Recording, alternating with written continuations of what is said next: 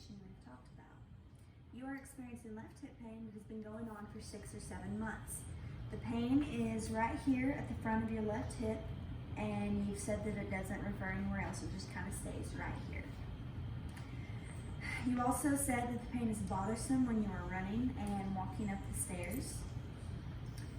You said that you had been riding in the car more frequently with your dad over the last 6 months, and that you noticed that the riding in the vehicle was making the pain worse. And also you said that when you bend forward or you try to adjust the seat, that it produces a sharp pain in that left hip. So you did say that you get some relief from the bar classes that you have been participating in, and you participate in that twice a week. Is that correct? Okay. You also told me that you had to take ibuprofen in order to relieve you from the pain that you were fearful of experiencing. So we're going to want to talk about that later on. You also mentioned that you had experienced back pain before in the past, but that now you are no longer experiencing that back pain. Is that still correct? Okay, great. One of the main concerns that you talked to me about is that your father had had a hip replacement a few years ago, and that your primary care physician had said to you that it may be your turn. Well, let me assure you that we're going to do everything we can to avoid that. So, you also told me that you were a data analyst for the past 30 years and that you no longer enjoy it, and going to work is really difficult because you just don't want to be there and you're ready to retire. And I can understand that doing something for 30 years is quite a long time. So now we're going to go into some of the background of some things you've experienced before. You told me you'd experienced low back pain before, but you're not currently struggling with it at this moment. Is that correct? Okay. This hip pain is something you have never experienced, and it bothers you when you're trying to run, walk up the stairs, or even bend forward. We did find some positive results in our ortho testing, and also discovered that you had stiffness when moving from a seated to standing position. Has this been a regular occurrence for you? Okay. We will try to work with that. You also had some difficulty whenever I rotated your hip internally. So from what we've gathered, it does seem like we're dealing with something called FAI, or femoroacetabular impingement. This condition can be due to extra bone growth around the hip joint and can cause friction during movement.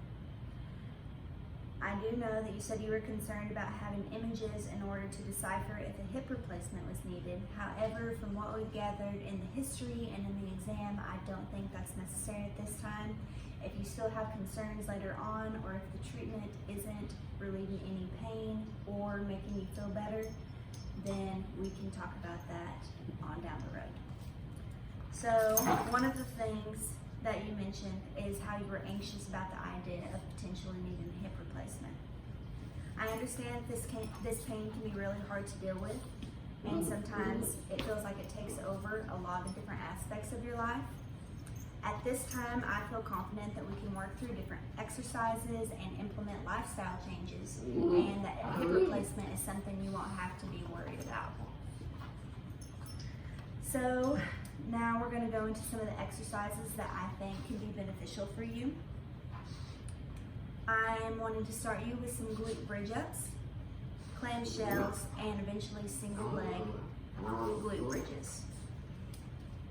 What is going to be extremely important is form. You're going to want to stabilize your core the whole entire time and really concentrate on building those muscles around the hip joint.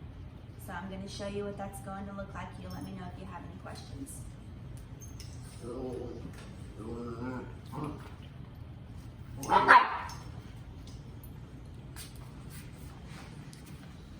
Okay, so for glute bridge ups, your feet are going to be about shoulder width apart, flat stomach. Put your hands here to your side. If you want to concentrate on your breathing and make sure you're breathing through your diaphragm, you can put your hands here. You're going to bring your glutes up, squeeze tight here, and concentrate and try to keep your stomach flat. It should be like this. Eventually, once you feel strength and not having any pain with this, you can progress to single leg bridge ups and they look exactly like this. And you will alternate side to side. Next we have clamshells. You'll be side laying here. Legs will be slightly bent both sides. And you will progress with this. I want you to start here. Very small openings. You're going to feel all of this here contract. And then eventually you're going to get bigger. Whenever you do progress, you can add a band around here to aid with some of the resistance. Any questions? Thank you.